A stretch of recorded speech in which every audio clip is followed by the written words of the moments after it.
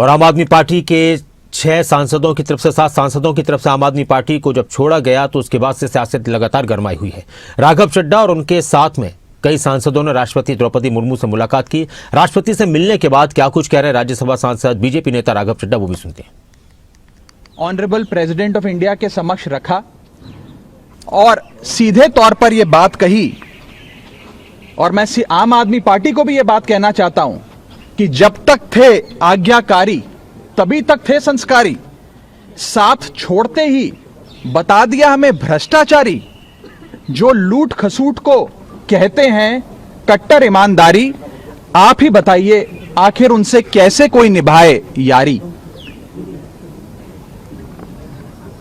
आम आदमी पार्टी जो पानी पी पी कर सुबह से शाम तक पूरी दुनिया पर बदले की राजनीति का आरोप लगाती आती है, वे आम आदमी पार्टी आज अपनी नाव को डूबता देख, वे सांसद जिन्होंने अपना रिश्ता नाता तोड़ लिया आम आदमी पार्टी से, उनके खिलाफ एक बहुत ही डेंजरस वेंडेटा पॉलिटिक्स कर रही है।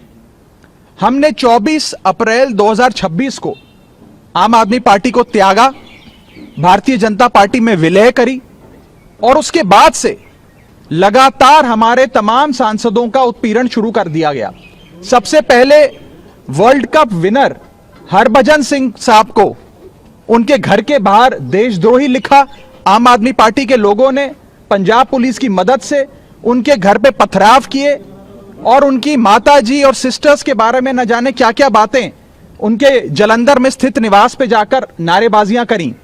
उसके बाद हमारे साथी राजेंद्र गुप्ता जी जो पद्मश्री हैं और एक बहुत बड़ी फैक्ट्री पंजाब के मालवा इलाके में चलाते हैं, जिन फैक्ट्री की वजह से करीब 30,000 लोगों के घर का चूल्हा चलता है, उस फैक्ट्री को बंद करने के लिए पानी का कनेक्शन काट दिया पंजाब सरकार ने।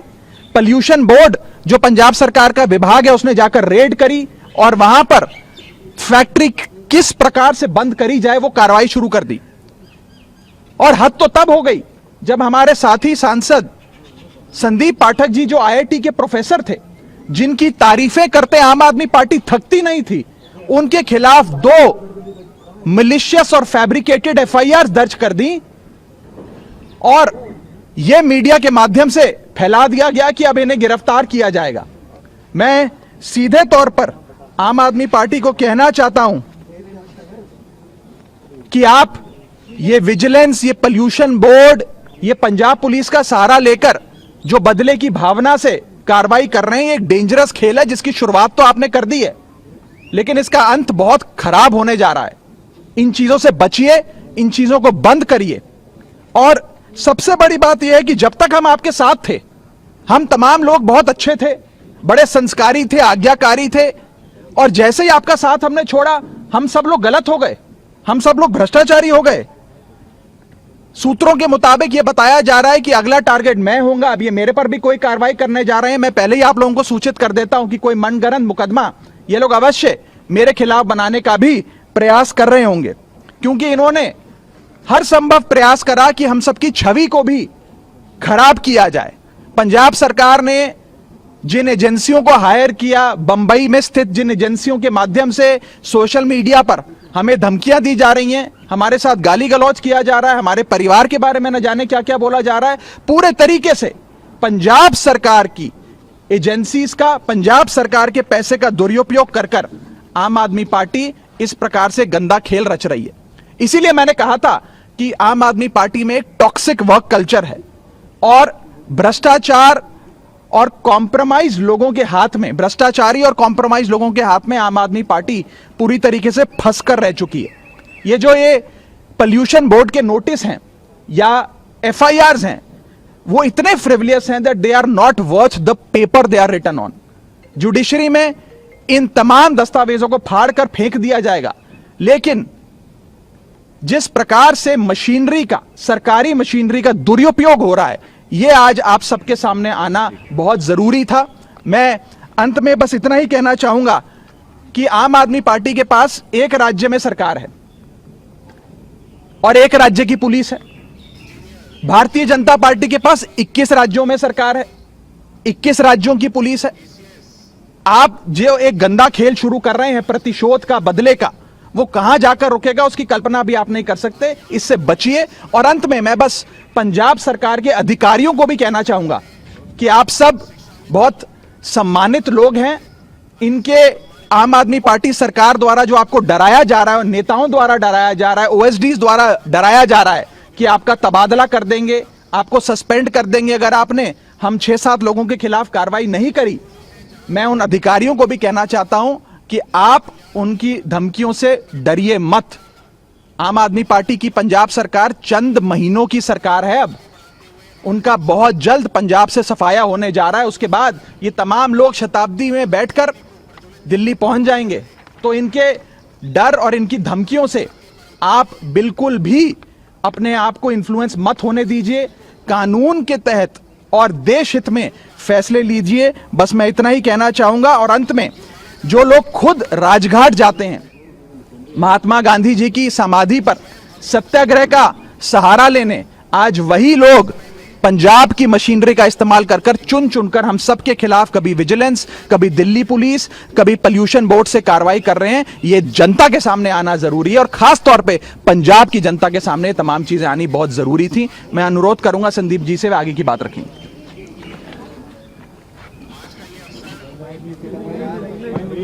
हम सारे लोग आम आदमी पार्टी से इसलिए जुड़े थे कि इन्होंने इस देश को एक सपना दिखाया था कि एक नई राजनीति की शुरुआत कर रहे हैं, एक ईमानदार राजनीति की शुरुआत कर रहे हैं।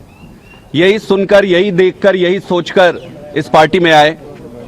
यहां रहते हुए अपनी सैद्धांतिक कारणों से कई सारी विसंगतियों को देखकर पार्टी बदलने का फैसला लिया, जो संविधान ने हमें जो अधिकार दिया है उसके आधार पर। इस बात से डरकर, घबराकर जो आम आदमी पार्टी अभी एफआईआर कर रहे हैं, फैक्ट्रियों में छापे मार रहे हैं, फर्जी एफआईआर के द्वारा डराने की कोशिश कर रहे हैं। मेरे बारे में इन्होंने 2 दिन चलाया, बता रहे हैं कि कई सारे लोग रेडी करके रखे हैं कि आप वहां जाओगे तो आप पर एफआईआर करेंगे। तो मैं कहना चाहता हूं, आप करो एफआईआर और फिर पीछे मत हटना उससे। हम लड़ेंगे कानूनी। मेरा यह मानना है कि आप जनता को और अपनी सरकार को एक ही तरीके से बचा सकते हैं और वो है अपने अच्छे काम। इन सारी गंदी चीजों से, इन सारे हथकंडों से आप सरकार नहीं बचा सकते। आपको अगर सरकार बचानी है, सरकार चलानी है, आपको सत्ता चाहिए तो आपको काम करना पड़ेगा। आप ईमानदारी से काम करिए, आपको कोई नहीं रोक रहा है।